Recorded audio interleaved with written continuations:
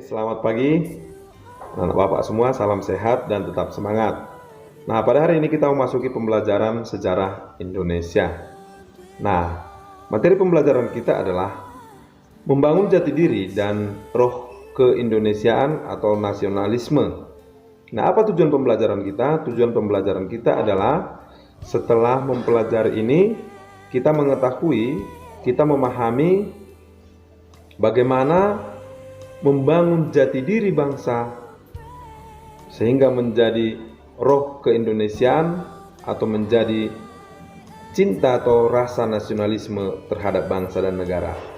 Oke, mari kita lanjut pembelajaran selanjutnya. Anak-anak bapak semua, kita masuk bab 3, membangun jati diri keindonesiaan. Nah, coba lihat pada buku kita. Hasrat untuk meraih kemajuan bangsa Indonesia muncul ketika banyak pemuda telah mengecap bangku sekolah, baik di dalam maupun di luar negeri. Selain itu, munculnya surat kabar telah memupuk kesadaran berbangsa dari seluruh lapisan masyarakat Bumi Putra, seluruh masyarakat yang ada di Nusantara. Nah, kesadaran ini makin tampak dengan banyaknya organisasi para kaum-kaum muda yang mengerahkan tujuannya untuk membentuk suatu bangsa, negara, atau rakyat yang merdeka. Nah, mari kita lihat peta konsep pada bab 3 ini. Nah, sebelum memasuki peta konsep, ketika ada bocah berumur 8 tahun yang sudah mahir bermain bola yang bernama Tristan Alif. Kini ia tengah mendapat undangan untuk berlatih sepak bola di klub Ajax Amsterdam, Belanda. Ia bersama kedua orang tuanya mendapat kesempatan menjadi warga negara Belanda dan mendapat kesempatan menjadi pemain sepak bola. Nah, semangat yang dijanjikan adalah bahwa pemain bola tersebut harus mencintai tim atau tim sepak bolanya sendiri.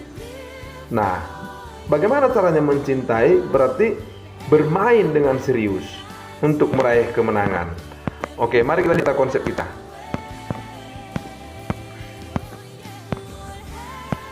Nah, membangun jati diri keindonesiaan. Mengapa ada hasrat? Mengapa ada niat untuk membangun jati diri keindonesiaan? Ini adalah dilatar belakangi penderitaan rakyat yang semakin masif dan munculnya paham-paham baru politik etis, sehingga munculnya kaum terpelajar, peran pers atau surat kabar. Nah, yang pertama menghayati tumbuhnya ruh kebangsaan dan nasionalisme. Berarti menghayati, menyadari bahwa setelah tumbuh rasa kebangsaan, mencari jati diri sendiri. Nah, yang kedua, menganalisis perjuangan organisasi pergerakan kebangsaan. Apa organisasi di sini?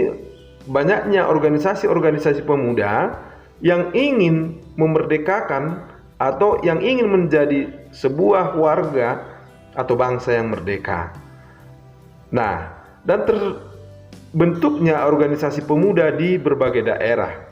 Yang ketiga, menganalisis proses penguatan jati diri bangsa. Oke, mari kita lihat yang pertama. Menganalisis tumbuhnya roh kebangsaan dan nasionalisme. Lihat, yang di sini adalah beberapa penerbit dari media massa atau peranan dari pers. Coba amati baik potongan koran di halaman sebelumnya.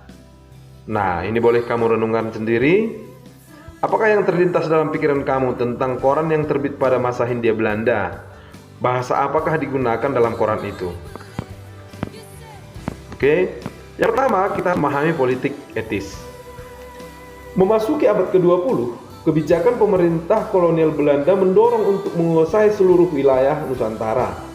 Kebijakan itu diikuti dengan penaklukan terhadap wilayah-wilayah yang belum dikuasai oleh pemerintah kolonial. Jika perlu dengan pendekatan militer. Daerah-daerah kolonial yang masih terpisah disatukan dalam penerapan administrasi baru yang berpusat di Batavia.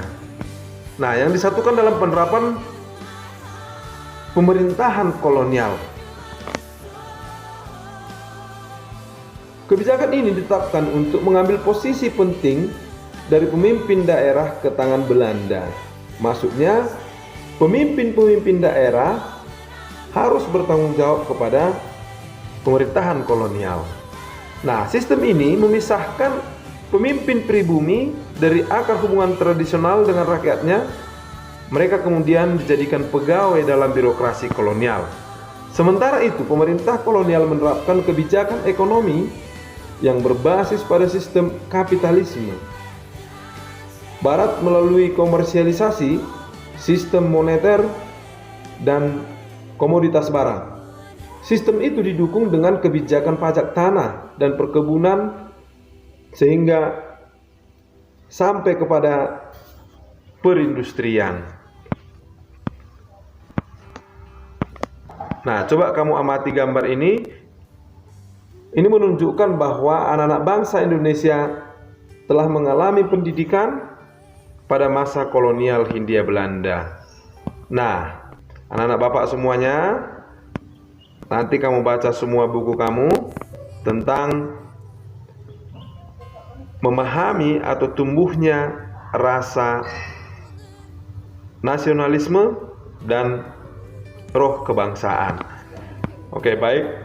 Anak-anak Bapak semua, nanti tugas kamu lihat di Google Classroom dan silahkan isi absen kamu di Google Classroom.